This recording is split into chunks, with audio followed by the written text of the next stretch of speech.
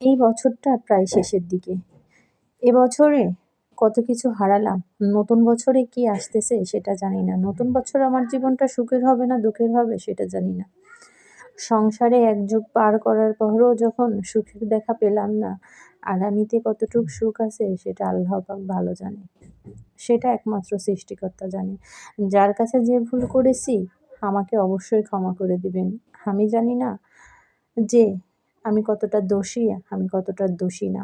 তারপরও সবকিছুর জন্য আপনাদের কাছে অনেক, অনেক দুঃখিত আমি। আমার কোনো ব্যবহারে এবং আমার কোনো কথাবার্তায় যদি কেউ কষ্ট পেয়ে থাকেন, আমাকে অবশ্যই ক্ষমা করে দিবেন। কারণ ক্ষমাই সুন্দর, ক্ষমাই মহৎ, তাই না? একজন মহৎ ব্যক্তি কখনো মানুষের পরে রাগ পুষে রাখে না, বরঞ্চ তাকে ক্ষমা করে দেয়।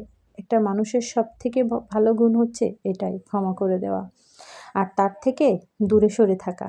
কেন জানেন? কারণ যে মানুষটা আপনার সঙ্গে একবার প্রতারণা করছে সেই মানুষটা দ্বিতীয়বারও তো আপনার সঙ্গে প্রতারণা করতে পারে। তাই তাকে ক্ষমা করে দিয়ে তার কাছ থেকে দূরে সরে যাওয়া অনেকটাই ভালো। আমার কাছে যেটা মনে হয়।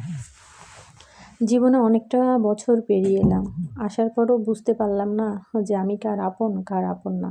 আমি কার আপন হতে পারলাম কিংবা আপন হতে পারলাম না। সবথেকে পৃথিবীতে মেয়েদের আপনজন থাকে হচ্ছে তার স্বামী। আর সবথেকে কাছের থাকে তার সন্তান, তাই না? কিন্তু এই ২ জন ব্যক্তি একসময় হয়তোবা আপনার স্বামী যতদিন আপনি আপনার স্বামীর সংসারে যতদিন কাজ করতে পারবেন, যতক্ষণ স্বামীকে দিতে পারবেন, ততক্ষণ আপনি আপনার স্বামীর কাছে খুব ভালো। কিন্তু প্রত্যেকটা স্বামী স্ত্রীর মধ্যে কিন্তু এই সম্পর্ক না। কিছু, কিছু স্বামী স্ত্রীর মধ্যে এমনও সম্পর্ক থাকে যে জন্মান্তরের। আর কিছু, কিছু স্বামী স্ত্রীর ভিতরে সম্পর্ক থাকে বিয়ে হয়েছে, সংসার করতে হবে, সংসার করি তাই, এতটুকুই। কিন্তু কিছু, কিছু সম্পর্ক থাকে একেবারেই মাখো, মাখো। এই যে এই আলু আর যেমন মাংসের মতন, তো মাংসের কথা না বললেই নয়। মধ্যবিত্ত ফ্যামিলিতে বিয়ে হয়ে এসে একটা জিনিস বুঝতে পেরেছি যে জীবন আসলে অনেক কষ্টের। না পারি কাউকে কিছু বলতে, না পারি কাউকে কিছু বোঝাতে। নীরবে শুধু চোখের পানি ফেলা ছাড়া আর কোনো উপায় থাকে না। দেখতে পারতেছেন মাংসের থেকে আলু কিন্তু বেশি। ওই যে কি বলে দুধের স্বাদ ঘোলে মিটায়। আরও একটা কথা না বললেই নয় যে আমি আসলে সুন্দর করে কথা বলতেও পারি না, আবার আমার মোবাইলটাও ভালো না, সুন্দর করে এডিট করতেও পারি না, সুন্দর করে ভিডিও করতেও পারি না। তোমার ভিডিও কে দেখবে?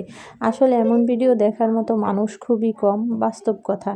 এত সৌন্দর্যের মাঝে, চাকচিক্যর মাঝে এরকম ল্যাবড়া স্যাবড়া, এরকম ভালো না, দেখতে সুন্দর না, ভয়েস সুন্দর না, ভিডিও ভালো না, কোনো কোয়ালিটি নাই, তার ভিডিও কে দেখবে? হ্যাঁ, এটা দেখতে পারে শুধুমাত্র ফেসবুক কিংবা ইউটিউব।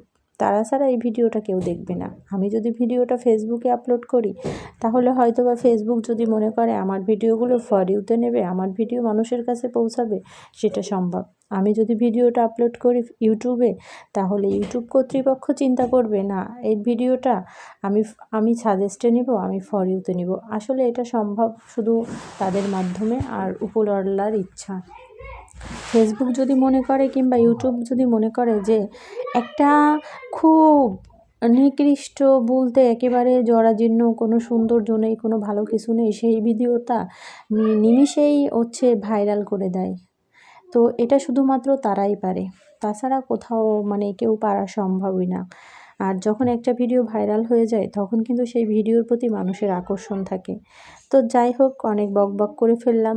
যদি আমার ভিডিওগুলো আপনাদের এতটুকু ভালো লাগে তাহলে আমার পাশে থাকবেন, ফ্রেন্ডস এবং ফ্যামিলির মাঝে আমার মতো গরিব মানুষের ভিডিও শেয়ার করে দিবেন।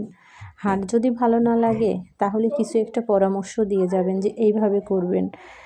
আর এই নতুন বছর আসতেছে, আমরা যে যার সঙ্গে ভুল ভ্রান্তি করে থাকি না কেন, আমরা সবাই সবার কাছ থেকে ক্ষমা চেয়ে নেব, যাতে করে আমরা ভালো থাকতে পারি, মনে একটা আলাদা তৃপ্তি থাকে। আর যেটা বললাম, এই যে মধ্যবিত্ত মানুষের সবথেকে বড় কষ্ট হচ্ছে এটা, এই যে আজকে শুক্রবার কিন্তু মুরগির মাংস রান্না হয়েছে, মাংস কয় পিস, আলু কয় পিস বুঝতে হবে, তারপরও আলহামদুলিল্লাহ বলতে হবে, কেননা আমাদের রিজিকে এতটুকুই ছিল। ইচ্ছা না থাকলেও আমাদের এটা খেতে হবে, যেটাই খাইতেছি শুকুর আলহামদুলিল্লাহ। সবাই ভালো থাকবেন।